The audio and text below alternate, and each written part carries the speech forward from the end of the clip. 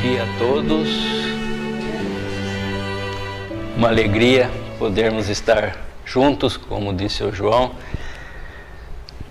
para lembrarmos as lições e os ensinamentos de Jesus, trazidos na ótica, no entendimento de André Luiz, e pela psicografia de Francisco Cândido Xavier, então o livro Os Mensageiros.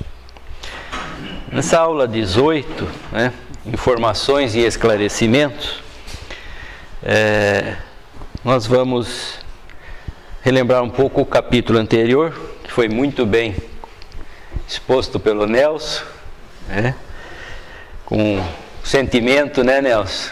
Isso que vale. Que justamente trazer a doutrina, analisar no nosso modo, na nossa vida, colocar no nosso dia a dia. Então o Alfredo e a Ismália, eles foram casados, vítimas de calúnia que foi agasalhada por Alfredo, culminando com a expulsão da esposa do lar e também a separação de mãe e filhos.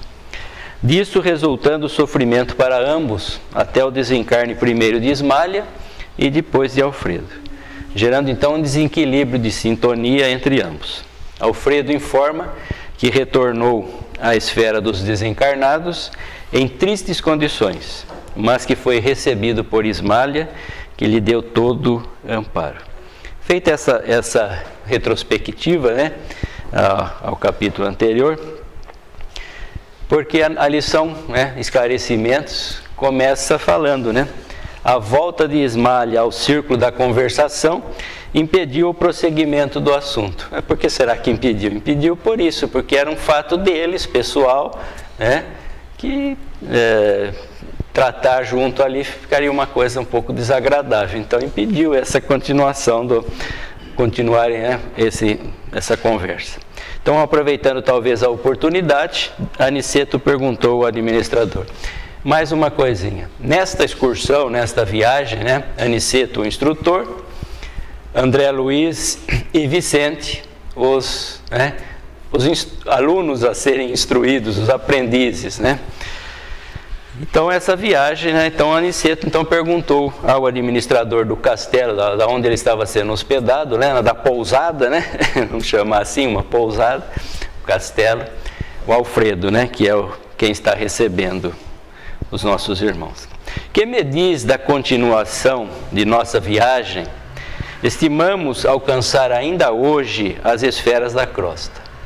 Dirigiu-nos Alfredo, então Aniceto perguntou o que ele achava, dele devia continuar ou não a viagem, que ele queria chegar logo à crosta. Dirigiu-nos Alfredo significado olhar e falou: não me sinto com o direito de alterar-lhes o plano de serviço, mas seria conveniente pernoitarem aqui.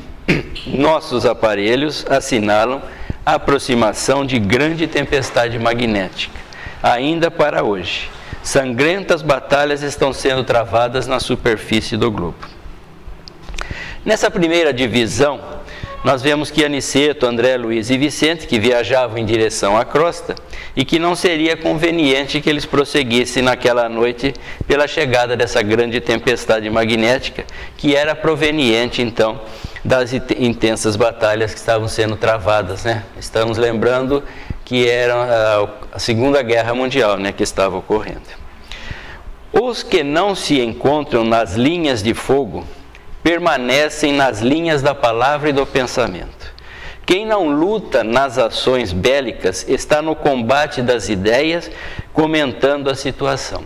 Então, quando a gente aqui no centro, a gente fala, orienta, ou num estudo, que as conversas devem ser sempre voltadas no sentido do bem, nada de conversar assuntos triviais, banais, assuntos de crimes Por quê? Porque isso está criando uma energia negativa. Claro que aqui nessa situação a energia era muito maior ainda, pela própria condição da guerra. Então, mas a gente tem que trazer pela nossa situação do dia a dia, Reduzido número de homens e mulheres continuam cultivando a espiritualidade superior.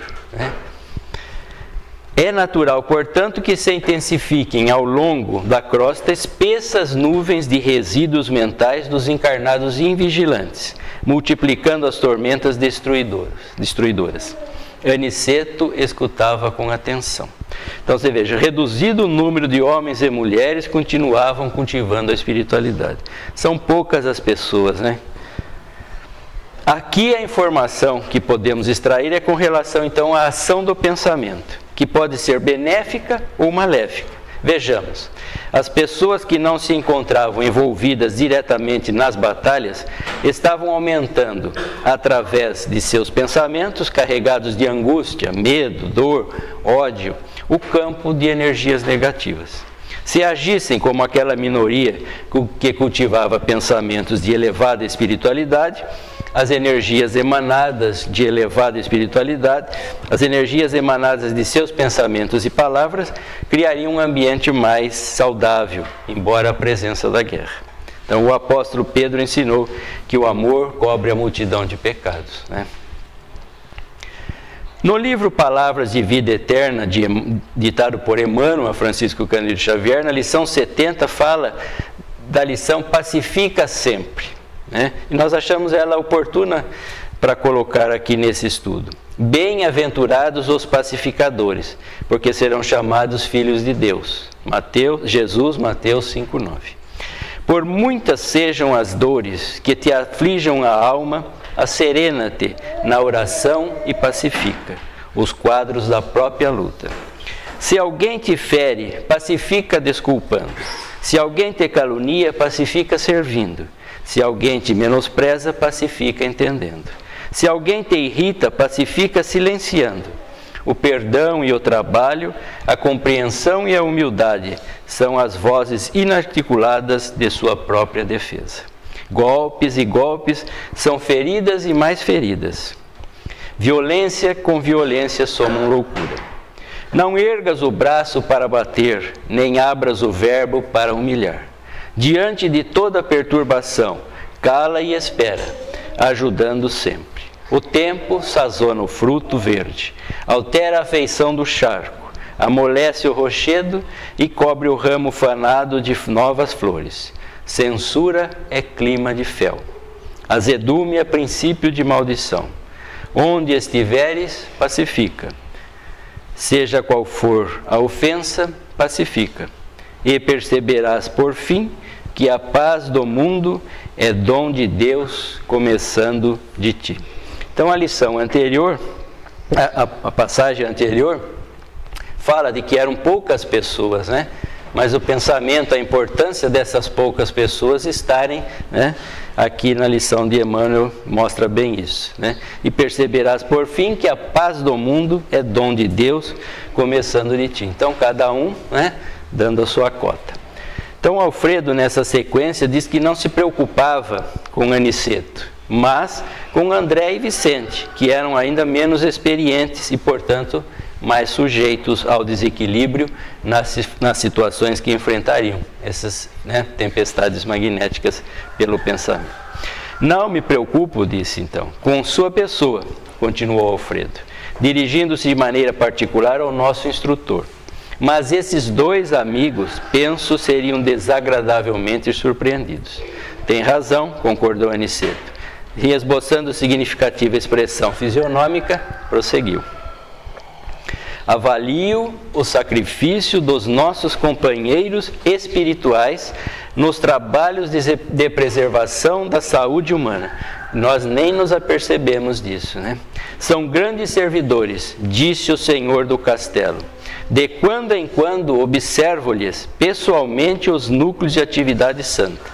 Então Alfredo expõe então seu pensamento a respeito do grande sacrifício e do enorme trabalho que é realizado pelos companheiros espirituais mais elevados.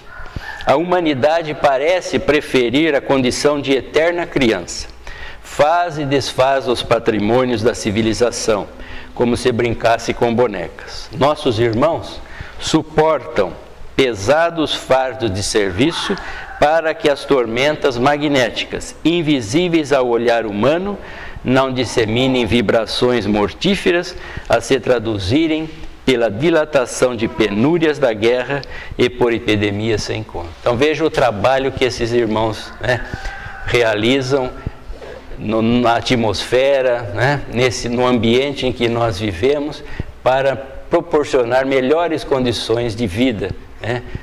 Do contrário, nós estaríamos, né, sofrendo muito, provavelmente não teríamos nem condições de continuar encarnados, né, para as nossas tarefas. Então, as guerras, as doenças e dores que temos observado e sentido são provenientes de nosso desrespeito às leis de Deus e de nosso orgulho, agindo como crianças, construindo e destruindo, como se constrói e destrói castelos de areia numa praia. Só não são maiores esses males, pois esses irmãos maiores se sobrecarregam no serviço de minimizarem esses efeitos maléficos. Enfrentaríamos mais guerras e epidemias. Não fosse a misericórdia de Deus, não suportaríamos o fardo que criamos para nós mesmos. As colônias espirituais da Europa, mormente as de nosso nível, quer dizer, no nível em que se encontrava, né? Estão sofrendo amargamente para atenderem às necessidades gerais. Já começamos a receber grandes massas de desencarnados, em consequência dos bombardeios. Nosso lar, pela missão que lhe cabe, nosso lar estava acima, né, dessa colônia onde eles se encontram agora. Pela missão que lhe cabe, acima é um termo, né, um modo de dizer, porque na realidade não tem acima e nem abaixo, né? São estágios de vibração, né? Mas estaria num estágio de vibração superior, elevado. Então, pela missão que lhe cabe, ainda não pôde imaginar todo o esforço que o conflito mundial vem exigindo da nossa colaboração nas esferas mais baixas. Os postos de socorro de várias colônias ligadas a nós estão superlotados de europeus desencarnados violentamente. Então, as colônias espirituais que se encontram em níveis de vibração mais próximas da Terra estavam sobrecarregadas com os desencarnados pela guerra. Nosso lar, pela missão que desempenha, ainda não tinha condição de imaginar esse excessivo trabalho das colônias mais ligadas à Terra. Fomos notificados de que as súplicas da Europa dilaceram o coração angélico dos mais altos cooperadores de nosso Senhor Jesus Cristo. Aos terríveis bombardeios na Inglaterra, na Holanda, Bélgica e França, sucedem-se outros de não menor extensão. Então, outra informação, os mais altos cooperadores do Cristo sofriam pela desoladora situação pela qual passavam aqueles povos, né? Então, os irmãos de luz sempre ficam tristes e sofrem pelas dores que nós mesmos, né, nos proporcionamos através do desrespeito às leis de Deus. Depois de reiteradas assembleias, quer dizer, não foi por acaso, dos nossos mentores espirituais, resolveu-se providenciar a remoção de pelo menos 50% dos desencarnados, metade daqueles desencarnados na guerra em curso. Para os nossos núcleos americanos, temos aqui o nosso campo de concentração com mais de 400. Né? Veja que tirar aqueles irmãos desencarnados daquela região para amenizar, né, a atmosfera daquele local. Nós vamos ver mais a seguir. Reunidos então várias vezes, os mentores espirituais deliberam em retirar pelo menos 50% dos que desencarnavam nas regiões da guerra, para as colônias nos núcleos americanos. É importante notar que esses espíritos eram recolhidos em campos confinados, né, que ele fala aqui em campo de concentração, para que pudessem ser atendidos e não causassem perturbações aos habitantes dessas colônias. Quer dizer, eles são tirados de lá, são levados para a colônia, mas dentro de uma disciplina, né? Dentro de um local próprio, né, que ele chama aqui de campo de concentração, concentrados naquela região, né? E nós vamos ver até a seguir no estudo as colônias mais elevadas ainda, também se precavendo, né? Mas não há dificuldade no socorro a essa gente, indagou Aniceto em tom grave. E a questão da linguagem? Bom, os serviços de socorro, apesar de intensos na Europa, têm sido muito bem organizados, explicou Alfredo. Para cada grupo de 50 infelizes, as colônias do Velho Mundo fornecem um enfermeiro instrutor, com quem nos possamos entender de modo direto. Desse modo, o problema não pesa tanto, porque nossa parte de colaboração consta de fornecimento de pessoal de serviço e de material de assistência. Então Aniceto ficou preocupado, né? Então Aniceto perguntou se não haveria problema no atendimento quanto à linguagem, né? Eram europeus e eles aqui americanos. E Alfredo explicou que o entendimento era realizado com um enfermeiro instrutor, né? Ele é que fazia esse entendimento. E que eles forneciam, então, o pessoal para ajudar só, né? Então esses infelizes eram trazidos, percebemos que a linguagem no nível de evolução que nos encontramos na Terra e nas colônias espirituais que gravitam em torno dela existe como aqui entre os encarnados e que nenhum atendimento ou serviço é realizado sem um planejamento. Não seria, porém, mais justo, indagou Vicente, que os desencarnados dessa espécie fossem mantidos nas próprias regiões do conflito? Alfredo sorriu e explicou. Nossos instrutores mais elevados são de parecer que essas aglomerações seriam fatais à coletividade dos espíritos encarnados. Fatais aos espíritos encarnados. Determinariam focos pestilenciais de origem transcendente, com resultados imprevisíveis. Inúmeros de nossos irmãos que perderam o corpo nas zonas assoladas não conseguem subtrair-se ao campo da angústia. Eles não abandonam os restos, né, os despojos. Mas quantos ofereçam possibilidade de transferência para cá, dentro das nossas cotas de alojamento, são retirados dali, sem perda de tempo, para que seus pensamentos atormentados não pesem em demasia nas fontes vitais das regiões sacrificadas. Vejam o poder do pensamento, né?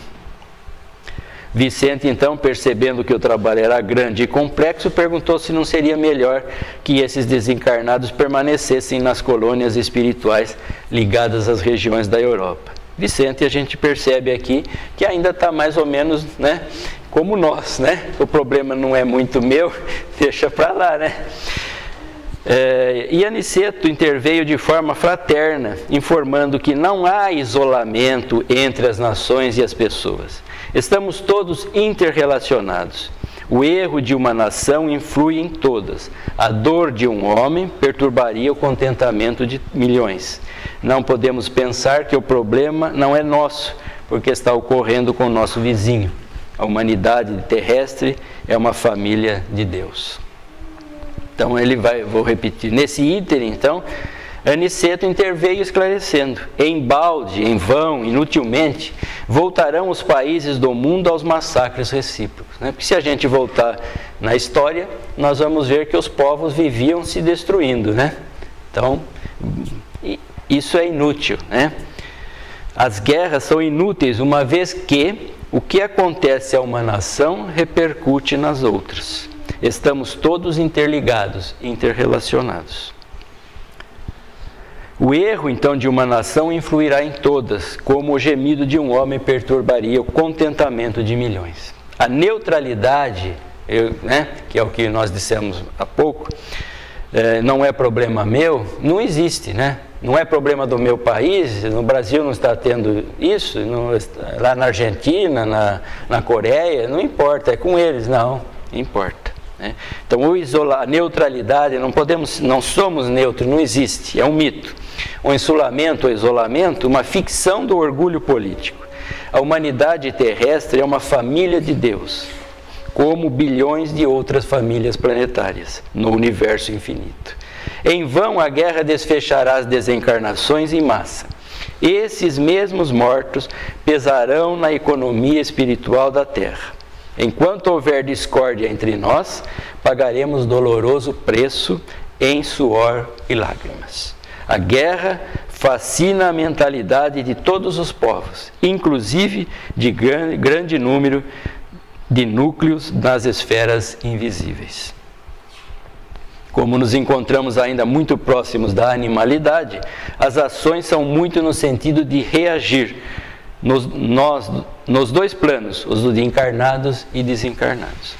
Necessitamos compreender a necessidade de superar os impulsos agressivos e destrutivos que remanescem, sublimando as aspirações que se orientarão no sentido da plenitude. Quem não empunha as armas destruidoras dificilmente se afastará do verbo destruidor, no campo da palavra ou da ideia. Mas todos nós pagaremos tributo. É da lei divina que nos entendamos e nos amemos uns aos outros. Todos sofreremos os resultados do esquecimento da lei, mas cada um será responsabilizado de perto pela cota de discórdia que haja trazido à família mundial. Alfredo, que parecia ponderar seriamente os conceitos ouvidos, observou: é justo. Aniceto voltou a considerar após silêncio mais longo. Estive pessoalmente a semana passada em Alvorada Nova, que fica em zonas mais altas, e vim a saber que avançados núcleos de espiritualidade superior dos planetas vizinhos, desde as primeiras declarações desta guerra, determinaram providências de máxima vigilância nas fronteiras vibratórias mantidas conosco. Ensinam-nos os vizinhos beneméritos que devemos suportar nos próprios ombros toda a produção de mal que levarmos a efeito. Somos finalmente a casa grande, obrigada a lavar a roupa suja nas próprias dependências. Sorrimos todos com essa comparação. Ismália, que permanecia em silêncio, não obstante a funda impressão que se lhe estampara no rosto, considerou com delicadeza: infelizmente, na feição coletiva somos ainda aquela Jerusalém escravizada ao erro. Todos os dias somos curados por Jesus e todos os dias conduzimos-lo ao madeiro. Nossas obras estão reduzidas quase a simples recapitulações que fracassam sempre. Não saímos do estágio da experiência e, dolorosamente para nós, estamos sempre a ensaiar no mundo a política com os Césares, política do poder, a justiça com os Pilatos, lavo as mãos, a fé religiosa com os fariseus, e sacerdote, eu bato no peito para que os outros vejam, Ficamos recitando isso, achando que, e repetindo, O sacerdócio com os rabinos do Sinédrio, a crença com os jairos que acreditam e duvidam ao mesmo tempo. Os negócios com os Anáses e Caifáses, neste passo não podemos prever a extensão dos acontecimentos cruciais. Encantado com as definições ouvidas, aventurei-me a dizer: como é angustiosa, porém, a destruição pela guerra. Nestes tempos, contudo, observou Alfredo, bondosamente, a prece é uma luz mais intensa no coração dos homens. Bem se disse que a estrela brilha mais fortemente nas noites sem luz. Imaginem que, para iniciar providências de recepção aos desencarnados em desespero, já fui mais de uma vez aos serviços de assistência na Europa. Há dias, em missão dessa natureza, fomos eu e alguns companheiros aos céus de Bristol. A nobre cidade inglesa estava sendo sobrevoada por alguns aviões pesados de bombardeio. As perspectivas de destruição eram assustadoras. No seio da noite, porém, destacava-se a nossa visão espiritual, um farol de intensa luz. Seus raios faiscavam no firmamento, enquanto as bombas eram arremessadas ao solo. A chefia da expedição recomendou nossa descida no ponto luminoso. Com surpresa, verifiquei que estávamos numa igreja cujo recinto devia ser quase sombrio para o olhar humano, mas altamente luminoso para nossos olhos. Notei então que alguns cristãos corajosos reuniam-se ali e cantavam hinos. O ministro do culto lera a passagem dos Atos em que Paulo e Silas cantavam à meia-noite, na prisão, e as vozes cristalinas elevavam-se ao céu em notas de fervorosa confiança. Abrindo um parênteses, né? Nas casas espíritas nós sempre recomendamos, né, a realização do Evangelho no nosso lar, né? E o Evangelho no nosso lar é essa luz que se acende e que é vista na espiritualidade, e que ajuda e que influencia os lares vizinhos, né? E nós também não sabemos a potência dessas energias que são utilizadas pelos irmãos de luz a se espalharem aonde há necessidade, né? E onde o coração solicita o socorro. Enquanto rebentavam então estilhaços lá fora, os discípulos do Evangelho cantavam unidos em celestial vibração de fé viva. Nosso chefe mandou que nos conservássemos de pé diante daquelas almas heróicas que recordavam os primeiros cristãos perseguidos, em sinal de respeito e reconhecimento. Ele também acompanhou os hinos e depois nos disse que os políticos construiriam os abrigos antiaéreos, mas que os cristãos edificariam na terra os abrigos antitrevosos. Às vezes, concluiu o senhor do castelo, em tom significativo, é preciso sofrer para compreender as bênçãos divinas. Porque insistimos ainda, né, no orgulho, na vaidade e no egoísmo, né? Então precisamos sofrer para que lapidemos essas nossas imperfeições. Obrigado pela atenção.